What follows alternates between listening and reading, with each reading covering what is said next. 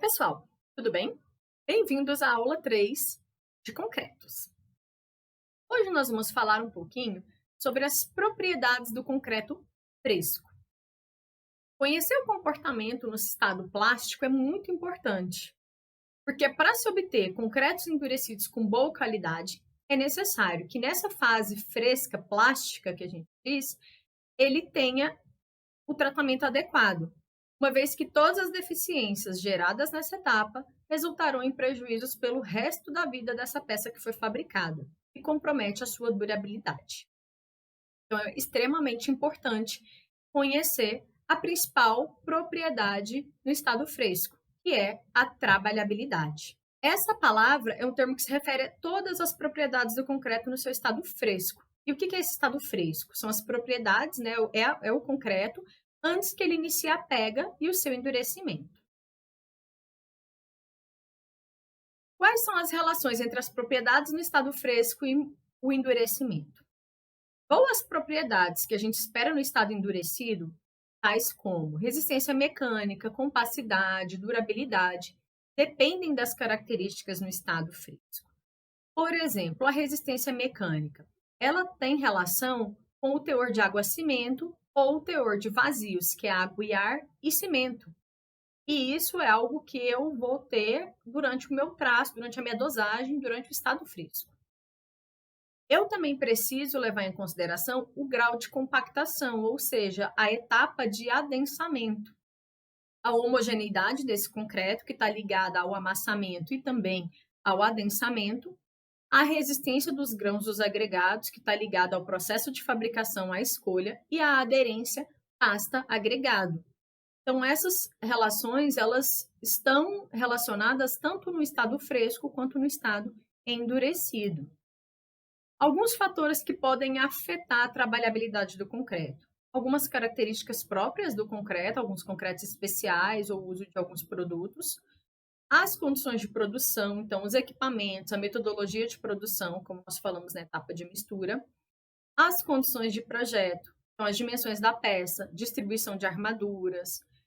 Os fatores relacionados à consistência, que é a água em relação à mistura seca, o tipo, a finura e o teor de cimento, a granulometria e a forma dos grãos, dos agregados, e os aditivos. Nós temos aditivos modificadores de reologia das misturas. Nós temos aditivos plastificantes, superplastificantes, incorporadores de ar. E também nós temos aditivos modificadores de pega, retardadores ou aceleradores de pega. Isso também influenciam, afetam a trabalhabilidade. Ainda temos fatores relacionados à produção. O tipo de mistura, então, a mistura sendo manual ou mecanizada, e o objetivo é sempre ter a homogeneidade desse concreto e a duração e eficiência do processo, que gera uma maior estabilidade a essa mistura. O tipo de transporte, que a gente já falou, né? Para a obra ou dentro da obra, o tempo de duração disso tudo e não provocar segregação e observar os cuidados em relação ao bombeamento que nós falamos. O tipo de lançamento, então evitando a segregação, mantendo essa consistência adequada, e o tipo de adensamento, sendo manual ou vibratório. Quando nós falamos em relação à dimensão máxima característica do agregado, nós temos os fatores de projetos vinculados à NBR 6118, que nós citamos anteriormente. Então, nós temos a dimensão da peça, a dimensão do meu agregado e o espaçamento entre as armaduras. Então, eu falei disso quando a gente falou um pouquinho ali do bombeamento, que eu tenho que levar em consideração a dimensão máxima característica para a escolha do tubo, eu também tenho que levar em consideração, quando eu estou executando o traço, as peças, né, do concreto. E é isso que a gente falou, por isso é importante realizar a dosagem experimental. O tempo de manipulação da mistura também influencia na trabalhabilidade, porque está ligado, né, ao tempo de pega, as propriedades e características dos cimentos e agregados, a substituição de adição mineral em relação à substituição de cimento. Nós falamos dos tipos de adições minerais na aula de argamassas, a presença de adição química dos aditivos, a proporção dos materiais E esses fatores, eles não são independentes uns dos outros nos seus efeitos. Então, é um conjunto de ações que vão causar alguns efeitos no nosso concreto. Como nós podemos avaliar a trabalhabilidade? Nós podemos avaliar a trabalhabilidade segundo o ensaio de abatimento de tronco de cone, que é muito conhecido como Slump Test, que é pela NBR-NM67, concretos com consistência plástica. Se for consistência fluida, nós fazemos ensaio de abatimento na mesa de Graf, que é NM68. Temos ainda ensaio VB para consistência seca, e quando a consistência está entre plástica e seca, nós temos o ensaio de caixa de U-Box. Em relação à trabalhabilidade, nós pegamos aqui a fonte da ABCP, Associação Brasileira de Cimento Portland, e nós temos aqui os tipos de consistência, o meio de compactação que eu posso empregar e qual ensaio eu vou utilizar. Para as consistências mais comuns, né, que são a consistência plástica e fluida, nós temos aqui socamento, e nós vamos utilizar o ensaio de abatimento. E nós temos, para as consistências fluidas, que são os autoadensáveis, o ensaio de espalhamento. São os ensaios mais comuns a serem realizados. A medida de consistência no concreto fresco ela é baseada nos seguintes fenômenos: na deformação, na penetração, na compactação e no escoamento. Vamos falar um pouquinho sobre o ensaio de abatimento, né, que é o ensaio de tronco de cone ou slump test. É o mais conhecido para controle de concreto. Para que a gente faça esse ensaio, é necessário uma chapa metálica, aqui nessa imagem aqui, ó, no chão. Nós temos a chapa metálica, uma forma troncocônica de 20 centímetros de diâmetro na base e 10 centímetros de diâmetro no topo, com 30 centímetros de altura. Uma barra metálica, que é a nossa haste de socamento, com 60 centímetros de comprimento e 16 milímetros de diâmetro, que é essa barra aqui. Precisamos ainda do enchimento da forma, né? E como é que nós vamos fazer esse ensaio? Nós vamos colocar a forma sobre a base, vamos preencher em 3 camadas e cada camada será adensada com 25 golpes. Tenho que tomar cuidado quando vou adensar a segunda e a terceira camada de não descer até o fim e de não bater na lateral para não ter uma vibração excessiva. Então, eu vou fazendo uma costura entre as camadas para que eu tenha, né, esse adensamento corretamente. Então, são 25 golpes por camada, distribuídos aleatoriamente e uniformemente. Após esse processo, nós fazemos a retirada vertical da forma.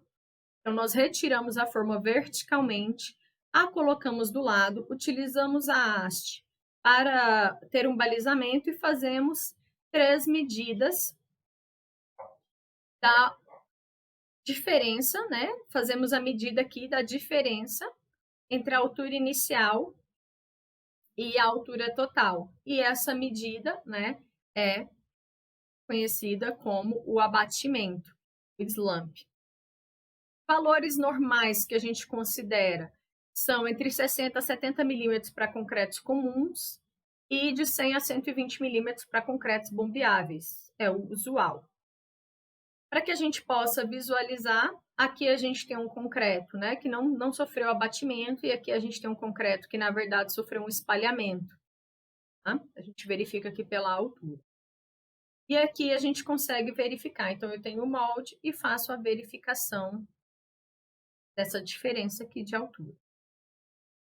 Alguns autores fazem alguma consideração acerca do valor do abatimento e a consistência do concreto, e alguns usos. Então, para um concreto que tem um abatimento zero, é uma consistência muito seca, é uma pré-fabricação, são condições especiais de adensamento. De 0 a 2, ele tem uma consistência seca firme, utilizado em concreto armado ou protendido com vibração energética. De 2 a 4 é uma consistência rija, estruturas correntes, vibrando bastante, né? De 5 a 8 é uma consistência plástica utilizada em obras correntes. De 9 a 13 é uma consistência mais mole, muito mole considerada, obras correntes, impossível adensamento manual. De 14 a 18 é uma consistência mole, é necessário adensamento manual. E de 20 a 22 centímetros ele é fluido e é considerado um concreto autoadensável, normalmente consumo acima de 400 kg de cimento por metro cúbico. Aqui nós temos uma tabela de referência que apresenta uma consistência indicativa do concreto em função do tipo do elemento estrutural para um adensamento mecânico. Então, aqui o abatimento, se eu tenho uma estrutura pouco armada ou muito armada. E aqui o elemento estrutural, se é laje, se é pilar, se é parede de fundação, sapato ou tubulão. E de onde são esses valores? Esses valores são baseados em experiências e em projetos correntes. Nós temos ainda a consideração em relação à forma de abatimento. Nós temos aqui o abatimento verdadeiro, aqui um abatimento cortante ou cisalhante e aqui um abatimento com desagregação. Então, é importante observar isso na execução do ensaio para que a gente obtenha sempre o abatimento verdadeiro do nosso concreto. Quando a gente fala de segregação, a segregação pode ter origem na falta de argamassa, na falta de pasta. Quais são as causas? Eu posso ter diferença de tamanho do grão do agregado, diferença de massa específica dos componentes e excesso de vibração no adensamento. Quais são as formas de desagregação, de segregação? Eu posso ter os grãos maiores se separando dos demais nas misturas secas e a separação da pasta, uma mistura muito úmida. Tá? E eu posso ter causas externas também. Transportes longos, vibração do concreto no carrinho de mão, nas caçambas, perda de argamassa no transporte, uma vibração excessiva. Eu posso ter arremesso do concreto a longas distâncias, o arraste, que a gente falou, transportar o concreto com o vibrador, ficar levando o concreto com o vibrador para o local e fazer o lançamento do concreto sobre as formas com altura superior a 2,5 metros. Então, a segregação causa perda de homogeneidade e uniformidade da massa. É a tendência dos agregados graúdos se separarem da argamassa e eu fico com um concreto cheio de vazios, como a gente pode ver aqui. Muitas vezes acaba deixando a armadura exposta. Já a exudação, ela é uma forma particular de segregação. É quando a água da mistura se separa e se eleva até a superfície da peça concretada. Ela reflete a impossibilidade dos componentes sólidos reterem essa água de amassamento. Depende muito das características do cimento, do excesso de água na mistura e da presença de partículas finas. Ocasiona um grande aumento do fator água-cimento na superfície, deixando a superfície da peça mais frágil, menos resistente. Então, a superfície da camada se torna muito úmida e enfraquecida, eu tenho um aumento de permeabilidade nessa área e a superfície fica pouco resistente à abrasão. Aqui a gente tem um exemplo bem claro, e aqui também, onde eu consigo ver a água migrando para a superfície desse concreto. Para minimizar a exudação, tem que verificar se é possível reduzir a quantidade de água utilizada nesse concreto, o uso de agregados não lamelares, aumentar a presença de fino nos agregados miúdos ou até mesmo a utilização de aditivos.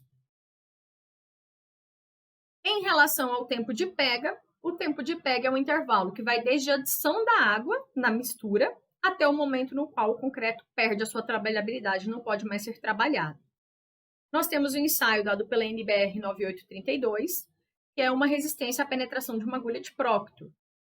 Normalmente é um ensaio realizado somente em laboratório, muito pouco usual no dia a dia de obra. Tá? Para recebimento e controle de concretos é muito usual o ensaio de slump. Qual a influência? Eu tenho influência no tempo de pega da temperatura do concreto, da temperatura ambiente, do tipo de cimento, da relação água-cimento, se eu uso aditivos ou não, se os agregados estão contaminados ou não. Então, eu tenho diversos fatores que causam influência nesse tempo de pega. No ensaio de penetração, ele mede uma tensão, então, no início, a tensão tem que ser maior do que 3,4 MPa e, no fim, a tensão tem que ser maior do que 27,6 MPa. Então, a gente consegue fazer essa medida no laboratório, dentro das condições. Em relação a algumas anomalias, nós podemos relacionar a perda precoce de abatimento, a retração plástica e as fissuras. A perda precoce de abatimento, ela está relacionada à temperatura, ao cimento ou ao uso de aditivos. A retração plástica, ela está ligada à taxa de evaporação ser muito maior do que a taxa de ascensão capilar. Há uma pega demorada, então a gente pode ter tipos de aditivos, tipos de cimento, teores impróprios no meu traço, ou assentamento e exudação excessivas também. Fissuras, eu posso ter elementos estruturais com grandes superfícies expostas, elevadas temperaturas ambientes, o tipo de cimento, meu traço, um desempenamento excessivo do concreto ou até mesmo uma retração por secagem. Muito das causas de fissuras ou retração plástica estão ligadas a um mau procedimento de cura também. Na próxima aula, nós falaremos um pouquinho sobre as propriedades, né, e as informações acerca do concreto endurecido. Vejo vocês lá. Até mais!